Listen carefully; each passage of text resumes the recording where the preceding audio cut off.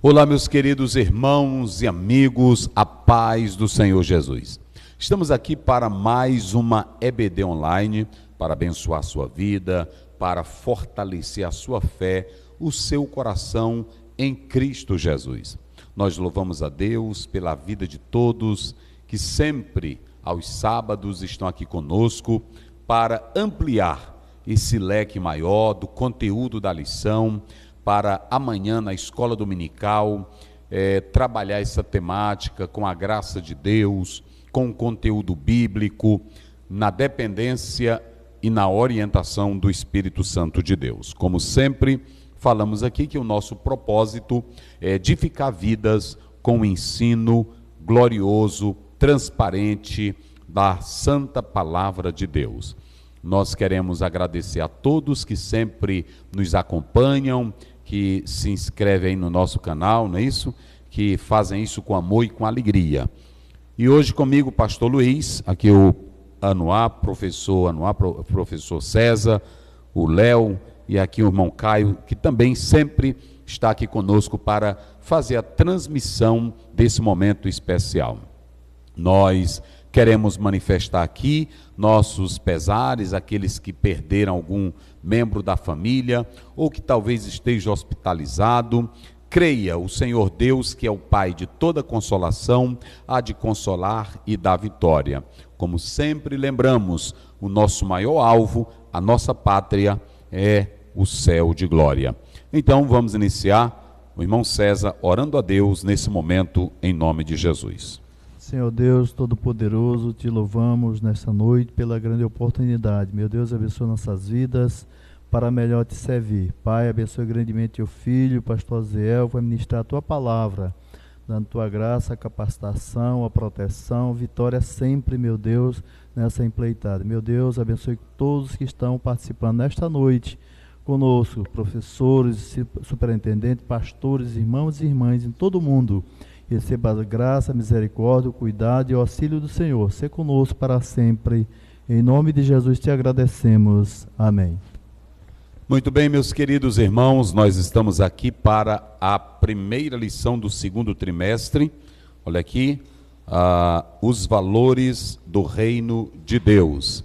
E com muita alegria eu quero agradecer a CPAD na pessoa do nosso querido diretor, irmão Ronaldo Rodrigues, agradecer ao nosso presidente da convenção, ao pastor José Wellington Costa Júnior, que é o presidente da nossa CGADB.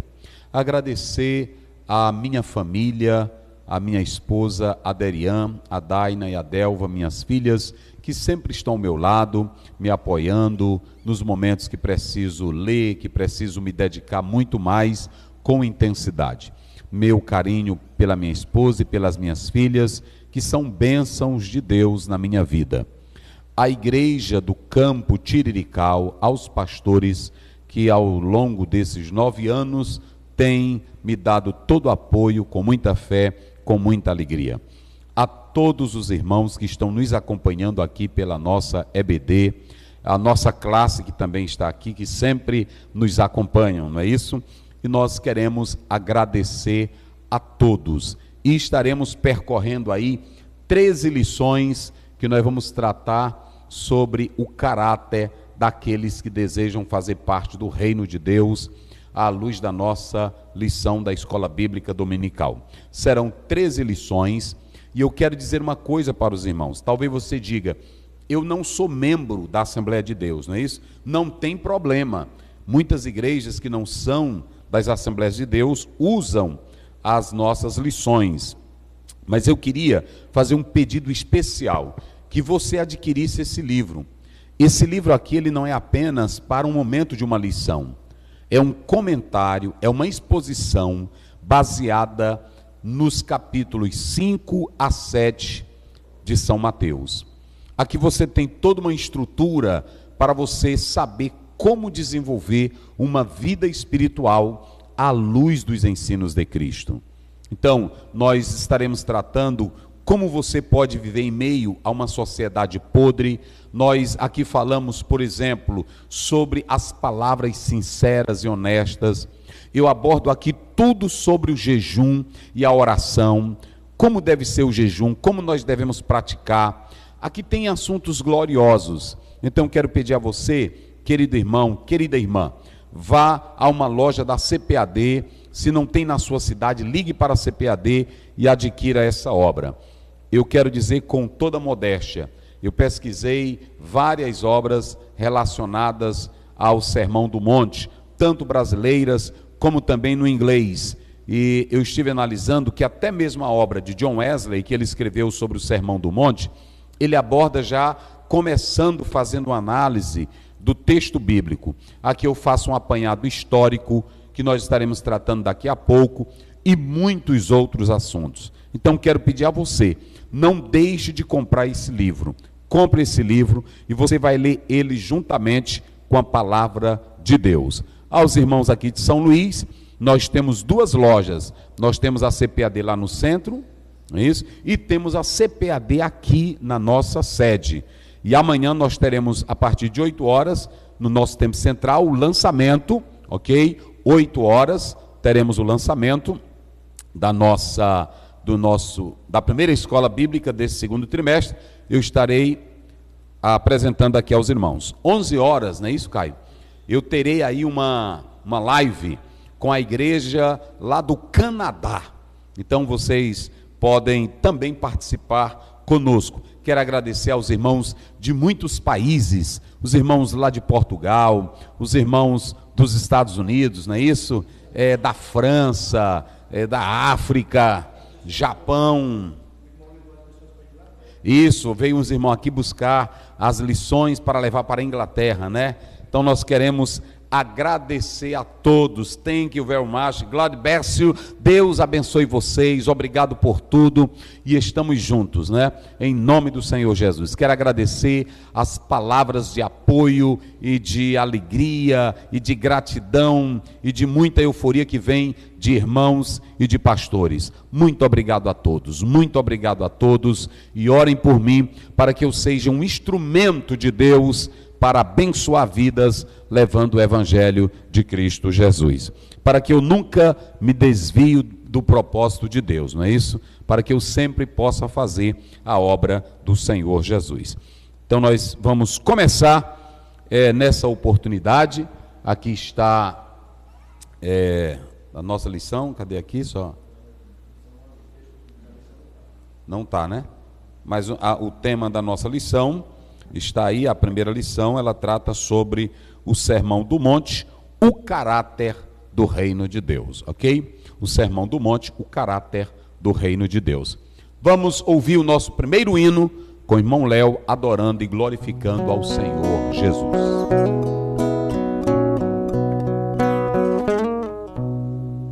Bem-aventurado que confia no Senhor, como fez Abraão.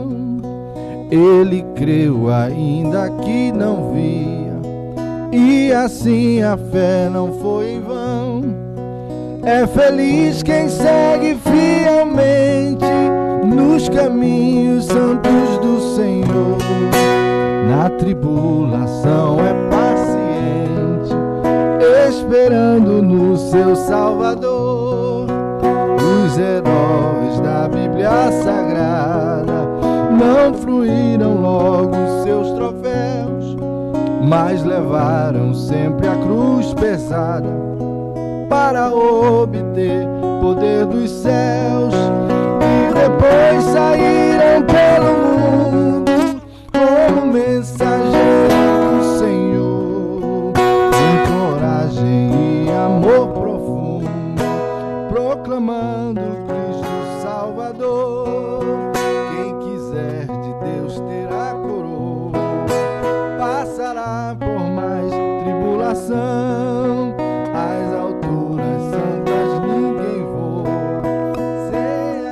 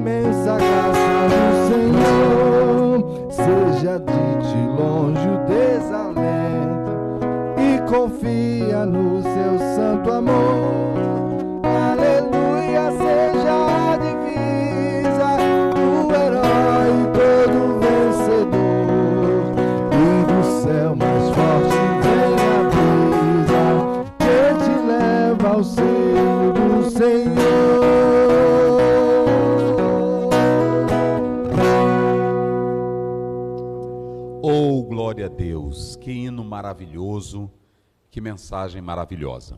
Então, hoje, nós vamos começar a nossa lição, baseada em São Mateus, capítulo 5, verso 1 até o verso 12. Pastor Luiz, fazendo a leitura da palavra de Deus. Jesus, vendo a multidão, subiu a um monte, e assentando-se aproximaram dele os seus discípulos. E abrindo a boca os ensinava, dizendo: Bem-aventurados os pobres de espírito, porque deles é o reino dos céus. Bem-aventurados os que choram, porque eles serão consolados. Bem-aventurados os mansos, porque eles herdarão a terra. Bem-aventurados os que têm fome e sede de justiça, porque eles serão fartos. Bem-aventurados os misericordiosos, porque eles alcançarão misericórdia. Bem-aventurados os limpos de coração, porque eles verão a Deus. Bem-aventurados os pacificadores, porque eles serão chamados filhos de Deus. Bem-aventurados os que sofrem perseguição por causa da justiça, porque deles é o reino dos céus.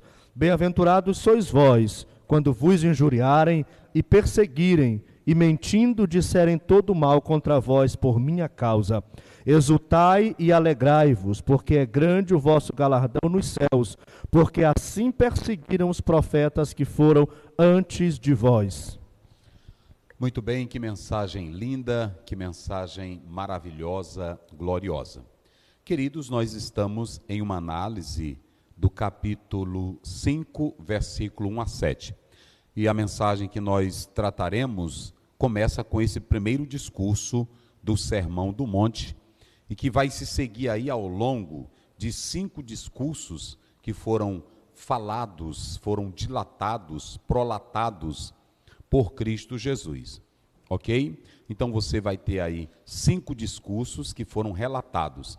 Nesse texto que o pastor acabou de ler, nós temos as 8 beatitudes, ou seja, nós temos 8 qualidades, as quais elas evidenciam o caráter, o comportamento, as reações interiores daqueles que, na verdade, vivem a política do reino de Deus, de Cristo Jesus. É por aqui que nós vamos começar e nós vamos andar. Perceba que o pastor começa, como é que diz o texto? Vamos lá, verso 1. Jesus, vendo a multidão, Isso. subiu a um monte, e assentando-se aproximaram dele os seus discípulos. Muito bem. Observem que o texto ele é bem claro. Jesus subiu ao monte. Aqui você tem os ensinos de Cristo Jesus. Ele está dando princípios que irão nortear, mudar a vida dos seus seguidores. Ou seja, o que Jesus queria aqui, na verdade, é que ele estava apresentando uma mensagem para aqueles que queriam fazer parte do seu reino. E quem quisesse fazer parte do seu reino, nós podemos analisar isso aqui, é que ele está falando do seu caráter, de como deveria ser aqueles que queriam fazer parte do seu reino. Então, a primeira coisa que nós podemos analisar aqui, aqui está o texto bíblico, é o caráter daqueles que desejam fazer parte do reino. A primeira coisa que nós pontuamos aqui é o caráter de quem quer fazer parte do programa divino, do programa de Cristo. Como deve ser esse caráter? Como deve ser a vida? Como deve ser o comportamento daquele que quer fazer parte do programa de Cristo Jesus? É a primeira coisa que nós podemos analisar aqui dentro dessa estrutura, ok? Mas nós podemos compreender muito bem que nessa análise do nosso texto bíblico, o Senhor Jesus ele vai pontuar isso com muita clareza. A primeira coisa sobre as bem-aventuranças e o caráter dos filhos de Deus. Primeiro, o que são as bem-aventuranças? O pastor começou a ler, e no próprio texto que está aqui, São Mateus, capítulo 5, ele sobe ao monte, e no versículo 3, ele começa dizendo, bem-aventurado. Então aqui eu coloquei, olhe para cá, nós temos Makarioi, plural, ok? bem-aventurados. Essa tradução aqui, ela vai ser feita como felizes, ditosos. Você tem Asher, aqui está o próprio texto hebraico, que eu também trouxe, para vocês terem uma ideia. Nós temos aí Asherei Haish, que é no hebraico, Asherei Haish. Isso aqui está no construto, as felicidades de. As felicidades de. Jesus começa dizendo assim, ó, Makarioi, felizes. É muito importante você compreender que Jesus não traz esse novo ensino da felicidade. Isso aqui já era falado pelos judeus, era falado nos livros sapienciais. Só que Jesus traz um novo espírito, ele traz a realidade. Então, quando você olha para o hebraico, Asherei, Haish, as felicidades do homem, aqui mostra que no Salmo, essa felicidade, ela não é construída pelo homem. Isso é muito interessante. Ela não é construída pelo homem. Essa felicidade aqui, ela não vem de uma meditação, ela não vem de uma filosofia de vida. Essa felicidade é resultado do impacto do ensino de Jesus na vida do ser humano. É quando o ser humano se abre para aquilo que Cristo fala, ele recebe a verdadeira felicidade. Vocês entenderam? É por isso que apenas uma definição no hebraico, apenas uma definição no grego, apenas uma definição no latim, essa definição de Makarioi, ou então essa definição de Asher, ou Beatus no latim, não traz na sua natureza o que é realmente ser feliz. Qualquer pessoa pode dizer assim, eu sou feliz, eu sou bem-aventurado. Só que essa felicidade, ela está circunscrita a uma circunstância. Agora, a felicidade que vem pelo ensino de Jesus promove mudança de caráter e alegria e paz na alma, na vida para todo sempre. Entenderam? É por isso que aqui, amanhã, professor, na sala de aula, você deve começar com essa questão. Jesus Cristo, ele começa esse capítulo mostrando isso. Ele começa mostrando no seu ensino o que os discípulos ou os seus seguidores deveriam ser. Ou seja, esse sermão, ele está mais relacionado com o caráter, aquilo que a pessoa realmente deve ser. A vida transformada pelo poder do Evangelho de Cristo Jesus. Então, ele começa mostrando o que são as bem-aventuranças. Aí, a segunda coisa, ele começa mostrando para nós algo muito importante, não é isso? Olha aqui, ele começa falando sobre o que é a bem-aventurança, mas ele prossegue falando aonde estaria a felicidade. Quando Jesus começou esse primeiro discurso, que começa com esse sermão, ele está em um cenário onde o poder romano, ele prevalecia. E os romanos queriam a guerra para poder manter a paz. Jesus faz um corte tão grande, Jesus entra no cenário humano com um discurso que não cabia na mente dos escribas e dos fariseus. É aqui que vamos começar. Hã? E nem dos romanos e nem dos gregos. Isso. Prestem bem atenção, que é por isso que nesse livro que eu escrevi, Mahatma Gandhi, eu falo aqui, ele falou do Sermão do Monte.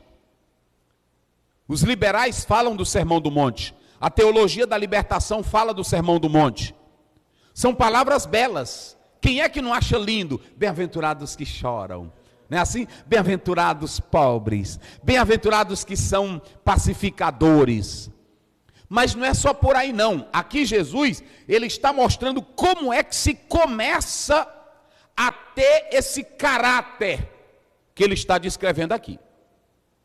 E eu quero falar com você porque às vezes tem pessoas que dizem assim, o pastor é pesado, o pastor é duro, e muitos só querem aquilo que a maioria diz. Quando Jesus começa esse discurso aqui, Ele bate de frente com toda uma estrutura, e o povo esperava também outro discurso. Não é assim? O povo esperava Jesus chegar e dizer: agora vamos quebrar com tudo. Agora nós quebra o sistema.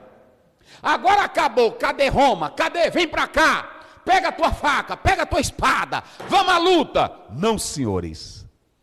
Ele traz um discurso que a própria multidão vai ficar chocada com o discurso. É por isso que John Stott diz que esse sermão é o mais lido, é o menos crido, é o menos obedecido e o menos entendido. Entenderam como é as coisas? Por quê? Porque Jesus chega, aí diz assim, olha, ele começa dizendo, vocês querem saber aonde está a felicidade? Aqui vocês mesmo aqui, pode participar aí. Onde está a felicidade? Onde se encontra? Ele começa dizendo, Makarioi, Asherei Haish no hebraico. Mas onde estaria essa felicidade? Pode falar aí para o pessoal ouvir.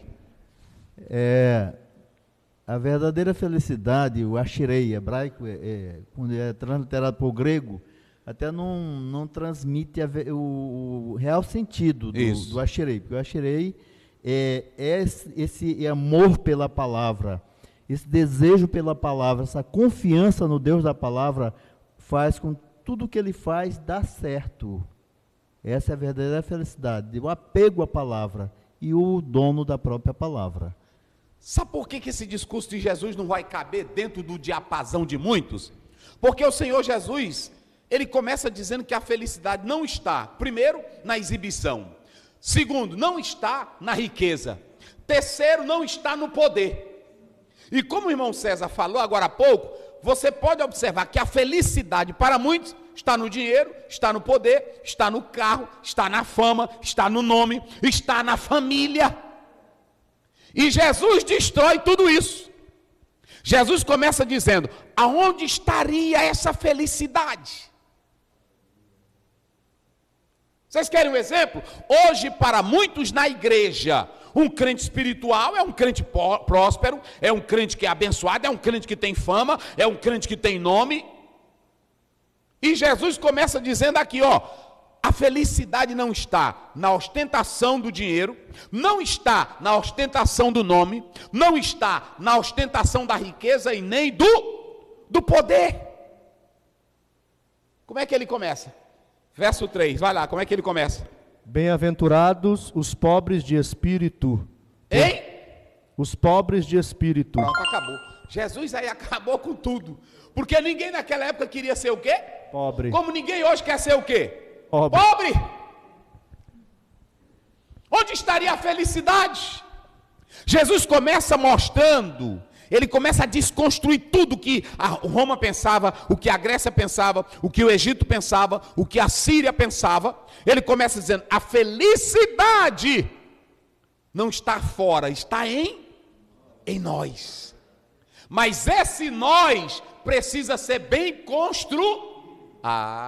O oráculo de Delfo, conheça-te a ti mesmo. Irmão, esse negócio é sério. A minha pergunta é, você é bem construído, irmão? Pode observar que as nossas igrejas, elas estão cheias de crentes que com qualquer coisa se irritam, crentes que com qualquer coisa abandonam a igreja, crentes que por qualquer situação, ele começa a se irritar. O verdadeiro crente que tem a felicidade de Jesus, ele é bem construído. E quem é bem construído não se ilude com o poder. Olha para cá, está filmando direito? Olha para cá, bota bem aqui. Quem é bem construído não se ilude com poder. Quem é bem construído não se ilude com política. Quem é bem construído não se ilude com dinheiro. Quem é bem construído não se ilude com fama. Quem é bem feliz é alegre aonde está. Porque não depende das circunstâncias, depende da condição do coração. Eita, glória a Deus. É um negócio sério, não é assim? Aí ele começa dizendo aqui, olha, ele começa dizendo, onde estaria a felicidade? Eu estou fazendo essa pergunta. E aí ele começa dizendo, eu vou dizer onde é que está a felicidade. Onde é que está ela? Bem-aventurado o quê? Bem-aventurados os pobres de espírito, porque deles é o reino dos céus. Bem-aventurado o quê?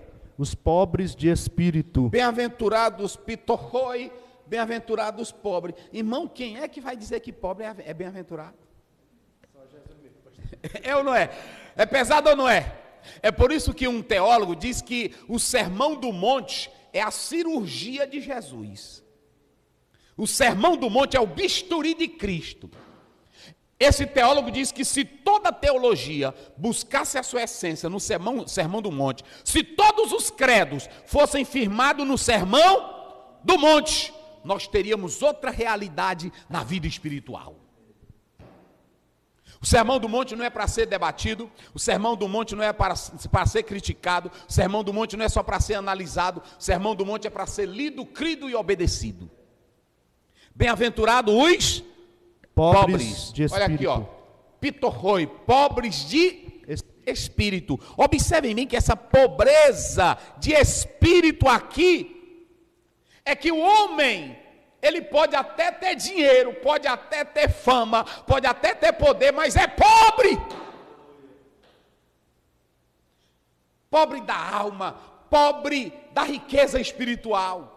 Vocês se lembram que uma das igrejas do Apocalipse, a igreja de Laodiceia, o Senhor Jesus disse assim: tu pensas, porque tu és rico, tu tem dinheiro, tu tem posição, mas tu não passas de quê? Pobre, cego, miserável e nu. Olha para cá, às vezes nós temos pessoas que são riquíssimas, poderosas, elas vão para os restaurantes, carrões, posição, título, roupa, até sorrir, mas quando chegam em casa, é uma pobreza que a riqueza não preenche, é uma tristeza na alma que nada pode trazer alegria para aquele espaço vazio. Quando Jesus disse assim: bem-aventurados são os pobres de espírito, ele estava dizendo, ainda que você seja pobre, sem bens materiais, mas você pode ser rico nessa pobreza, que você sempre depende de mim para viver a vida. Oh, glória a Deus! Essa pobreza aí, meus irmãos, é aquele que sempre depende de Deus, que não tem um espírito de soberba, de arrogância. É aquele que olha para si e diz: eu dependo de Deus. É o rico que tem carro, que tem dinheiro, que tem posição, mas ele sabe que a felicidade não está nisso. E na lição eu vou falar sobre isso quando eu falo de pobreza e de riqueza dos bens materiais. Então, esse pobre de espírito aí, meus irmãos, observe que eu coloquei aí esse pitorróis, sabe o que quer dizer aí? Reduzido à pobreza, é alguém que é mendigo mesmo. Mas a segunda conotação no grego é que essa pobreza aí é alguém que é destituído de influência. Porque às vezes tu pode ser rico, mas tu não tem influência. Sim ou não? Tu pode ser uma pessoa de muito dinheiro, mas tu não tem influência nenhuma. Tem pessoa que não tem dinheiro, mas tem o quê? A riqueza dele é o quê? Ele entra onde ele quer. Se ele vai na sala do governador, ele entra. Ele vai lá até com o presidente da república, ele entra. Isso é riqueza de quê? De influência. Mas às vezes tu é pobre tanto de dinheiro, como tu é pobre de influência, não é assim? Como tu também é pobre de pedir esmola, como tu também é pobre de Deus. A pior é a pobreza de Deus. Isso é pesado. A terceira conotação que ele faz aqui é que esse pobre de espírito é o necessitado, olha aí como é lindo isso, em todos os sentidos. Vamos ver aí Isaías 57. Leia aí, por favor. Verso 15. 57, 15. Isso. Porque assim diz o alto e o sublime, Isso. que habita na eternidade, e cujo nome é santo. Oh, glória! Em um alto e santo lugar habito, e também com um contrito e abatido de espírito, para vivificar o espírito dos abatidos. Eita! E para vivificar o coração dos contritos. Irmão César, quando Jesus subiu ao monte, ele chamou os discípulos, mas tinha uma multidão que tinha necessidades. Tinha uma multidão que tinha necessidades físicas, materiais, espirituais, necessidades de liberdade, eram escravas, eram humilhadas.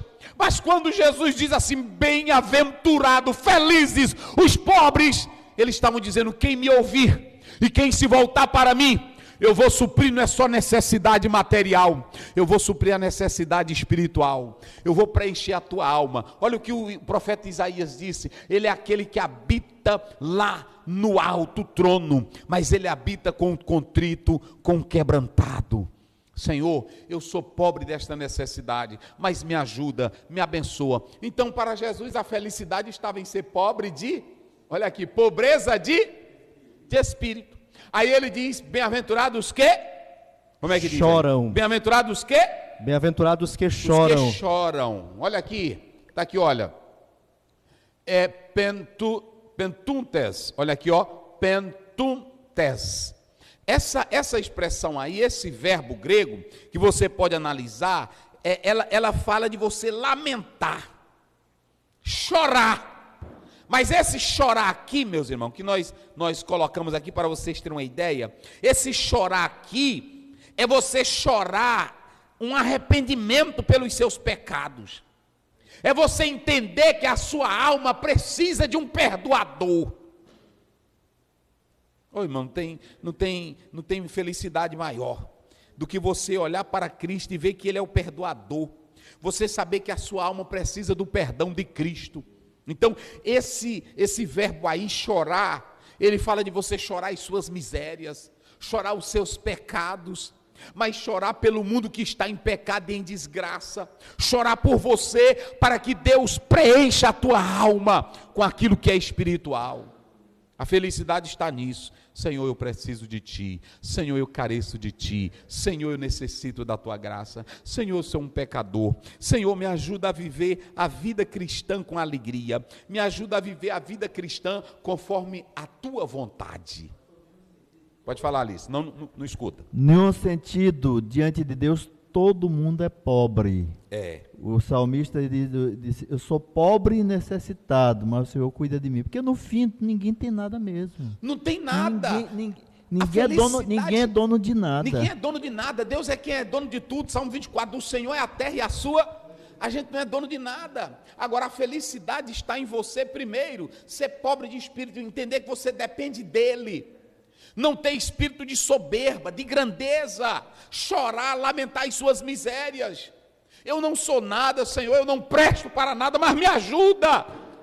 Vamos ver aí Isaías 61, verso 3. Isaías 61, verso 3.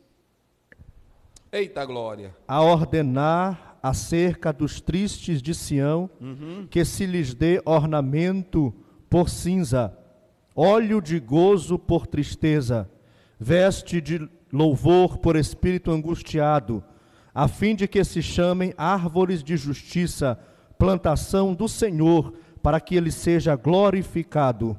Isso. Então pronto. Vamos lá, a segunda coisa, vai só dizendo os nomes aqui, olha. Primeiro, nós ato de chorar, e depois vem o quê? Mansidão. Aqui você tem prais, aqui ó, prais. Essa palavra aí que aparece aí no próprio texto, observem bem, que é praus, esse adjetivo aí, manso, ele quer dizer bondade, humildade. Olha, não há como você dizer que é seguidor de Jesus e apresentar um espírito de arrogância, um espírito de orgulho, um espírito de ufanação. Eu sou tal, eu sou isso, eu sou aquilo. Não! Observe que quem tem o caráter de Jesus tem mansidão.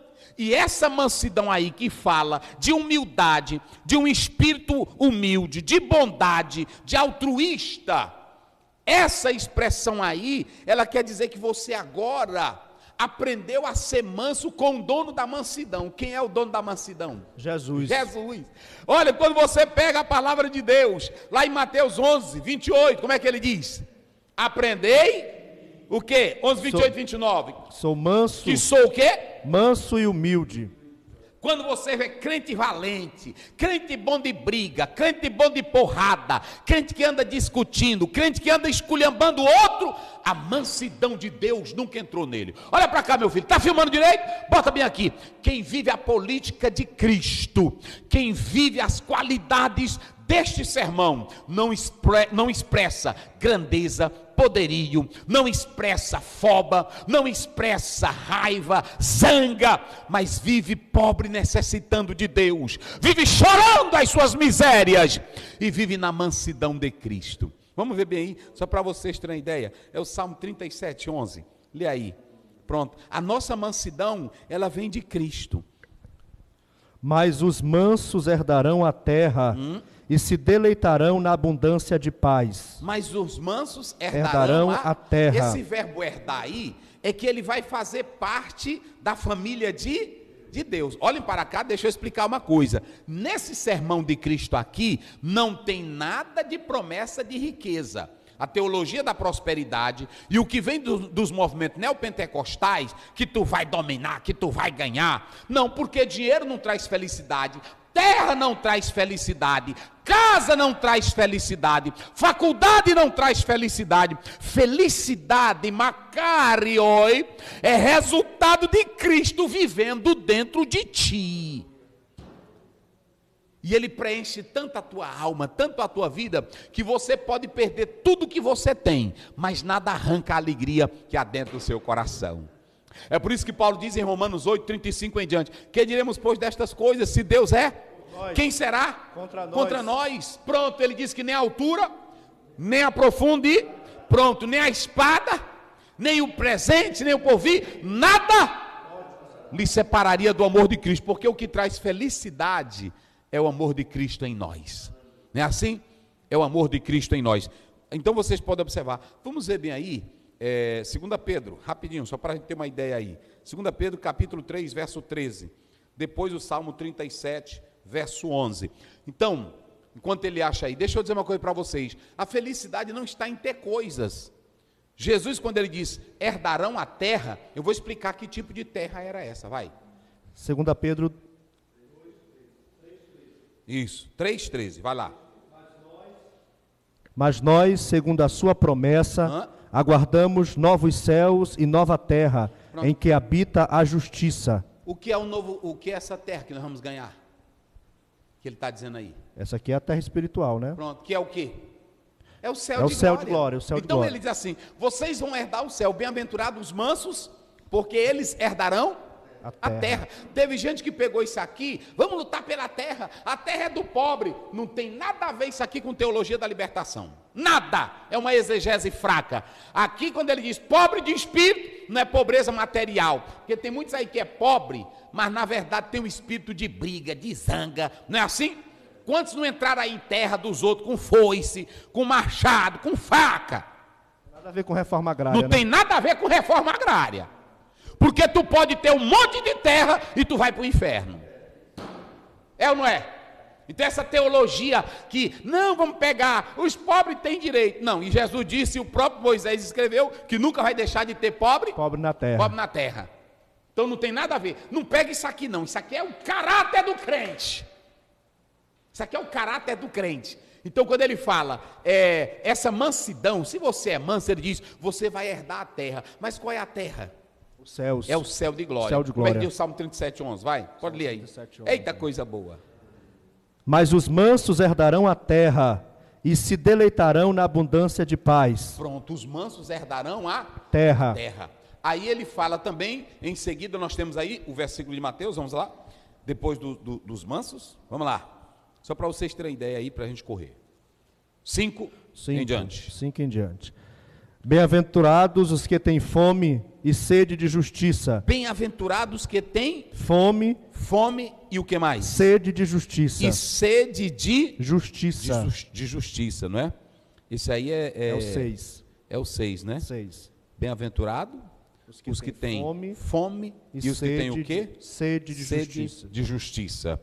Então nós temos aqui, olha aqui, ó, mansos, mansos. Nós temos aqui, ó, peinontes, cai, dipsontes. Aqui nós temos, ó, fome, até coloquei já aqui, fome e sede.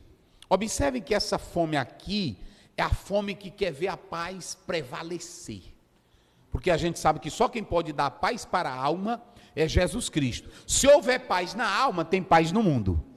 Sim ou não? Não adianta querer paz pela guerra, porque não vai ter paz. É só aparência. A ONU nunca vai trazer paz quando os corações dos homens não são transformados.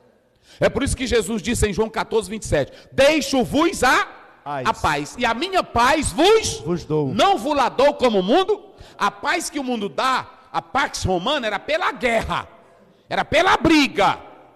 A paz do crente é que ele é transformado pelo poder do evangelho e vive quieto, sossegado, primeiro buscando paz com o próximo e buscando paz com Deus. Então, quando você pega essa expressão aí que ele fala, fome e sede de justiça, essa palavra fome, peinal, do grego peinal, quer dizer estar faminto. No sentido figurado, é o desejo que você tem de procurar fazer a justiça prevalecer. É assim que vive um homem de Deus. E quando a gente vem para essa expressão sede, no aspecto figurado, ele quer dizer que deseja que a sua alma seja refrescada com aquilo que vem do céu. Eita, coisa boa. Então pronto, vamos lá o outro, para nós corrermos aqui.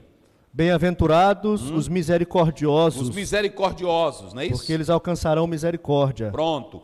Eléu, esse verbo aí, eléu do grego, primeiramente é ter misericórdia, é ajudar alguém aflito, é levar a ajuda ao miserável. Está aí, aqui ó, aqui no próprio grego, ela é emenos. Essa palavra aqui são os misericórdia. Irmão, já pensou uma pessoa que tem a paz de Deus, que tem a misericórdia, vê o miserável, vê o desgraçado, vê quem está faminto, vê quem está chorando, vê quem está na guerra. Esse misericordioso quer levar ajuda para quem?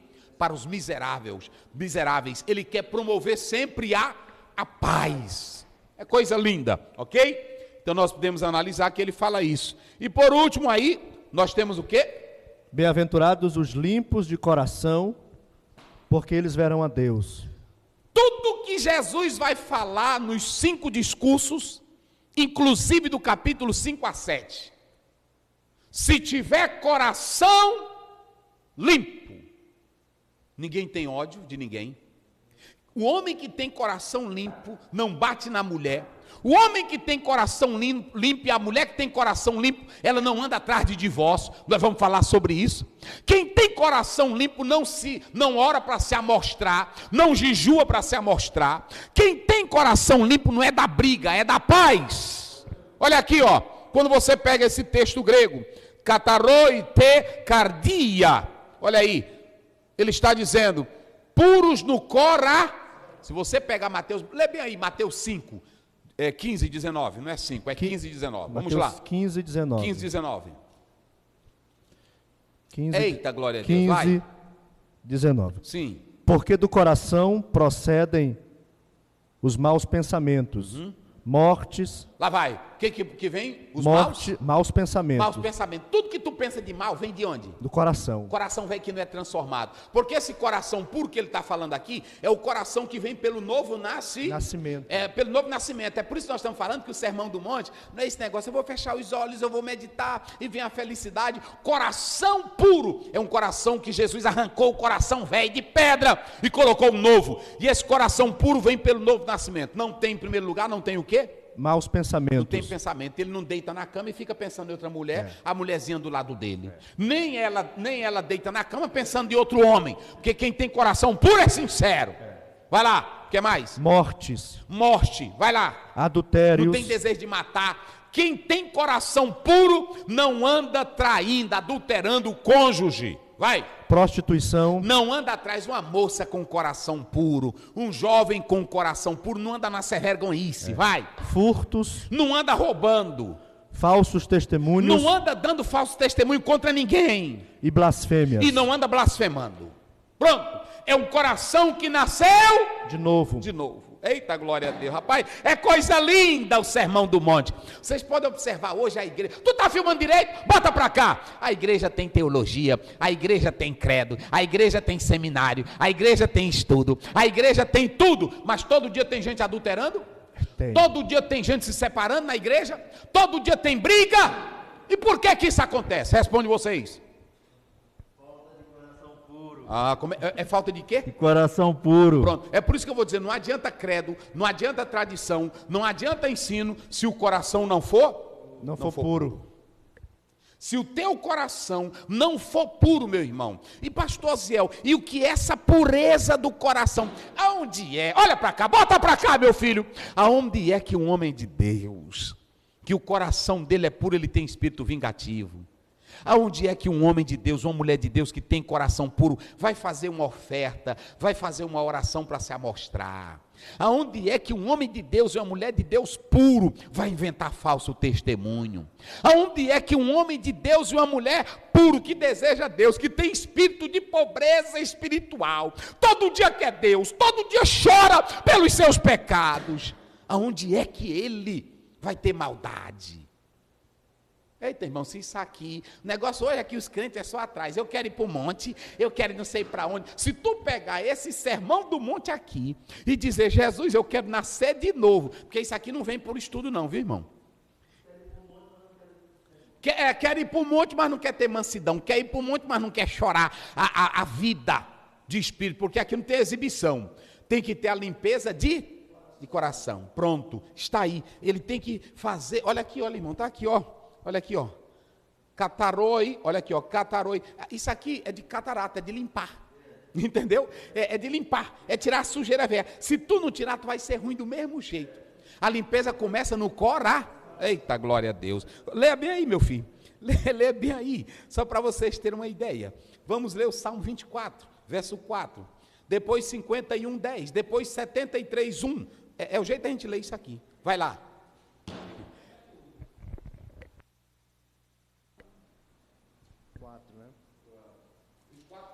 24:4. Bora. Aquele que é limpo de mãos Limpo de mão e puro de coração, vai, que não entrega a sua alma à vaidade, pronto, nem jura enganosamente. tá vendo? Vai lá, 37, 11, nós já lemos 37, 11, não, não é o 37, é o 51, 10, depois 71, 3, vai. Coração puro é a pureza da alma. Cria em mim, ó Deus, um coração puro. Meu Deus do céu. E renova em mim um espírito reto. Olha para cá. Irmãos, preste bem atenção. Você já pensou, você está orando? Cria em mim um coração puro. Ou seja, Senhor, tira esse coração velho do adultério. Senhor, tira esse coração velho da inveja. Senhor, tira o coração da falsidade. Senhor, tira o coração da exibição. Senhor, tira o coração do dinheiro. O coração velho que só quer fama. Tira isso de mim, me dá um coração puro. E o que é coração puro? É o quê? Foi limpado. Tudo que não prestava, a fossa do pecado que estava dentro de você, Jesus jogou fora. O ensino entrou. Eita, glória a Deus. Ô, rapaz. Vai, meu filho. 73, vamos lá. 73, 3, né? 73 primeiro. Primeiro, verdadeiramente bom é Deus para com Israel, para com os limpos de coração. Olha para cá, Deus não está ligando para a tua roupa, Deus não está ligando para a tua veste, Deus não está ligando para a tua teologia, Deus não está ligando para o teu estado, Deus não está ligando para o teu discurso, Deus não está ligando para o teu dinheiro, Deus não está ligando para a tua beleza, Deus não está ligando para a placa de igreja, Deus não está ligando para a linha teológica, Ele quer saber se o teu coração é. Tem um bocado aí que fica, eu sou da linha arminiana, eu sou calvinista, talvez tu é mais ruim do que o Satanás. Teu coração tem que estar, Tem muitos aí que estão discutindo religião, discutindo igreja, com tanto debate, humilhando os outros. Que coração é esse, rapaz? É ou não é? Que coração é esse? Vamos lá, meu filho, para nós correr. Depois vem o quê?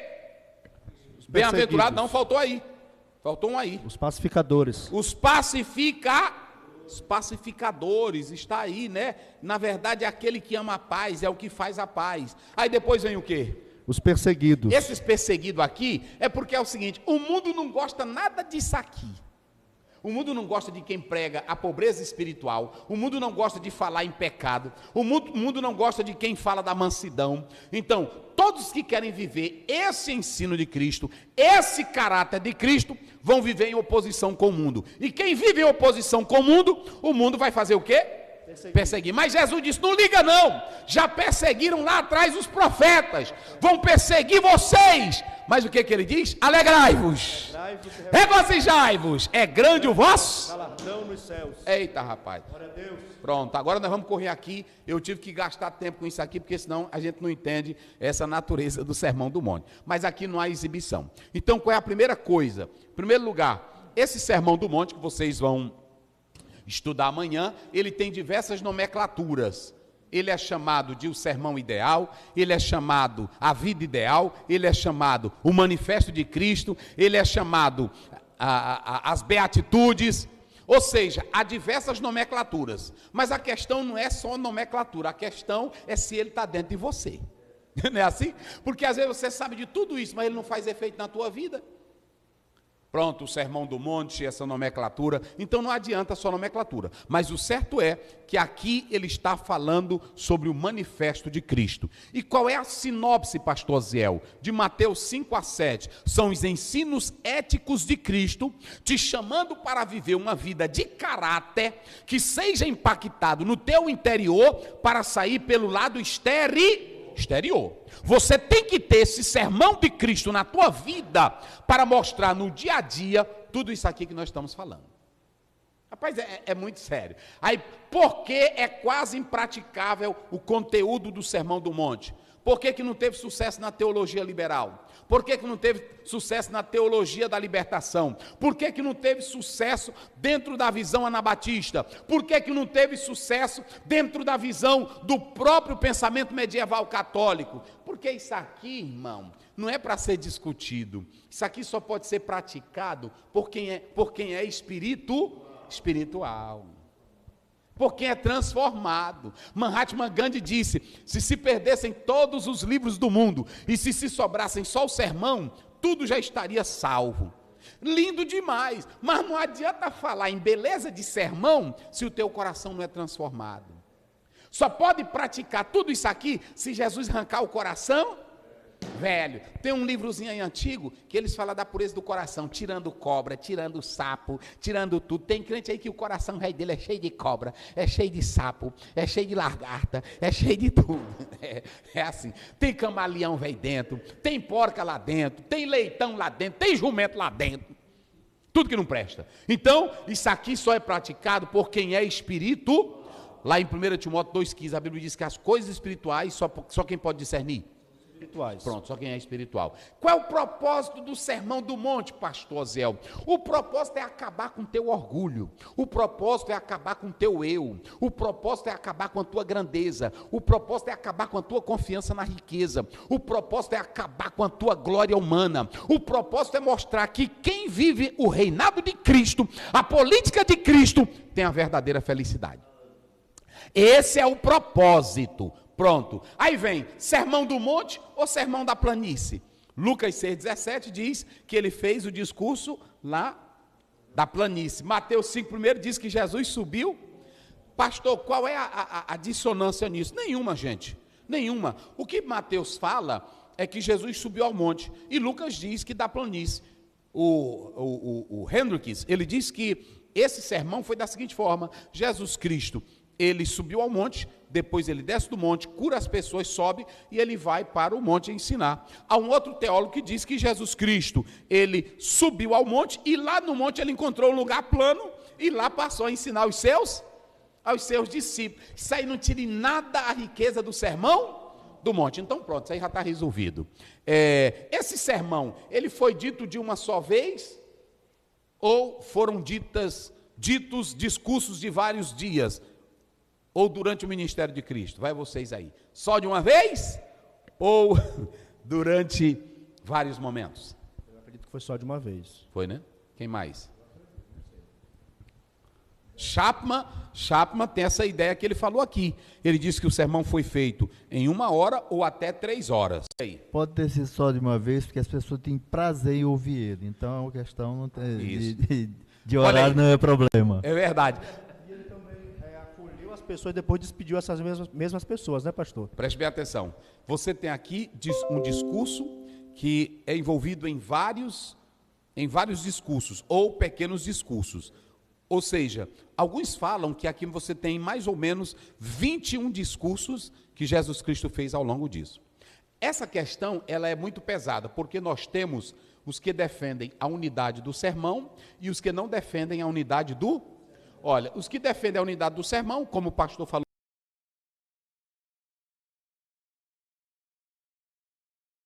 eles falam do caráter dos... Porque quando você pega 5 primeiro e você chega em Mateus 7, 28, a Bíblia diz assim, e todos estavam suspensos, tendo ouvido o discurso, ok? A questão editorial e a questão da elaboração temática. Então, os que defendem a unidade do sermão seguem essa linha do pensamento. Mas existe um grupo que também não aceitam a unidade do... Eles dizem que, na verdade, o que aconteceu aqui é que teve um prolongamento durante o ministério de Cristo e que esse assunto aqui foram diversos discursos que Jesus falou ao longo do seu ministério. Eles falam do aspecto material, falam do paralelo de Lucas, porque nesse paralelo de Lucas, Mateus tem 107 versículos, 30 Lucas faz menção do de Mateus e 40 e tantos versículos não aparecem em Lucas. Então eles dizem que aqui não foi uma unidade do sermão. A outra coisa são as porções desconexas. Eles mostram que dentro do próprio texto da narrativa de Mateus, há porções que não são conectadas. Então eles provam que não foi um discurso de 1 hora ou de 3 horas, mas foram ditos de Cristo que aconteceu durante o seu ministério. Só que é o seguinte, nesse livro de apoio eu falo todas essas teorias. Agora, o que prevalece? Prevalece ainda a briga até hoje. Para mim não importa se foi de uma vez só, ou se foi, eu sei que está aí é para a tua vida e para a tua edificação. Não é assim? Não adianta tu estar discutindo isso aqui. Foi de uma só vez, só de uma lapada, e aí pronto. Alguns buscam falar dessa diferença na fonte Keller, ou num português chamado Q, né? Na fonte Keller, na fonte L, na fonte M, e aí tu vai para essas fontes aí. Mas Oscar Cullmann diz que essas fontes aí não tem base nenhuma, são apenas suposições. Então você pode ler o livro, que eu explico lá direitinho. Mas isso aqui não afeta em nada, não tira em nada a beleza do texto. O aspecto teológico do sermão, eu coloquei aqui Pentateuco e Mateus. Por que eu coloquei Pentateuco? Porque parece que o autor da narrativa de Mateus, ele está dando a ideia de Jesus como um Moisés. Já observaram isso? Como é que começa o livro de Moisés? Falando de uma criança que está na beira do rio, que os pais cuidam, a mãe cuida, depois vai para o Egito, não é assim? E aí, como é que Mateus começa? Começa da mesma forma.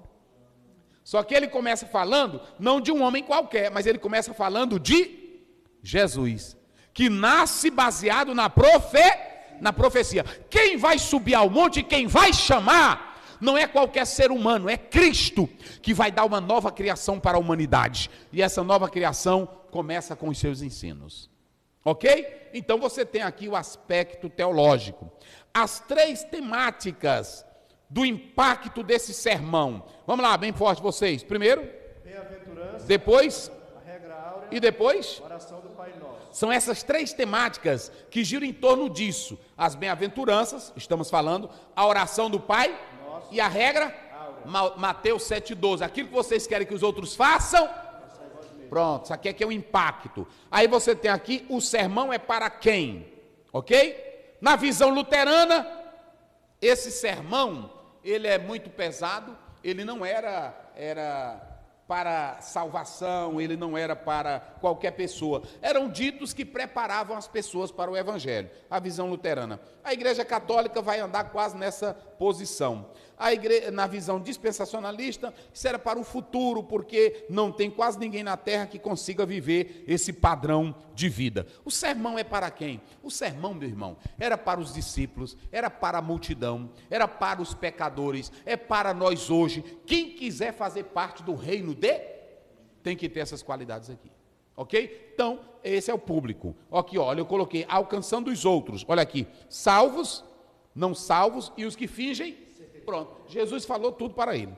A visão dos anabatistas é que eles diziam que quem quisesse andar nesse padrão aqui não podia fazer parte de política nenhuma e nem de sistema social nenhum. Não podia ser soldado, porque a Bíblia lá, ela diz que os humildes, né, assim, Os humildes, olha aqui, os que fazem paz, os que têm misericórdia, então eles diziam que não podia ser soldado, não podia andar pelos tribunais daí da terra, pronto, eles aqui já são pesados. E aí, na visão de Lutero, Lutero diz que isso aqui é para qualquer pessoa que aceita o evangelho e vive a fé que foi dada aos santos, ok? Terceiro, as bem-aventuranças e os caráteres do Filho de Deus. Quem são, nós já falamos aqui. O que são as bem-aventuranças? Já expliquei. O que o reino de Deus não é? Primeiro, o reino de Deus não é teocracia restal. Não, isso aí era para Israel, passou. Não tem mais. Só no milênio é que Cristo vai reinar. Segundo, não é uma nova condição social. Isso aqui foi pregado por muitos, que diz que a igreja invisível, ela recebeu a Cristo e ela agora tem um poder. A igreja católica pregou isso. Ela tem um poder para mandar em tudo, até nos políticos.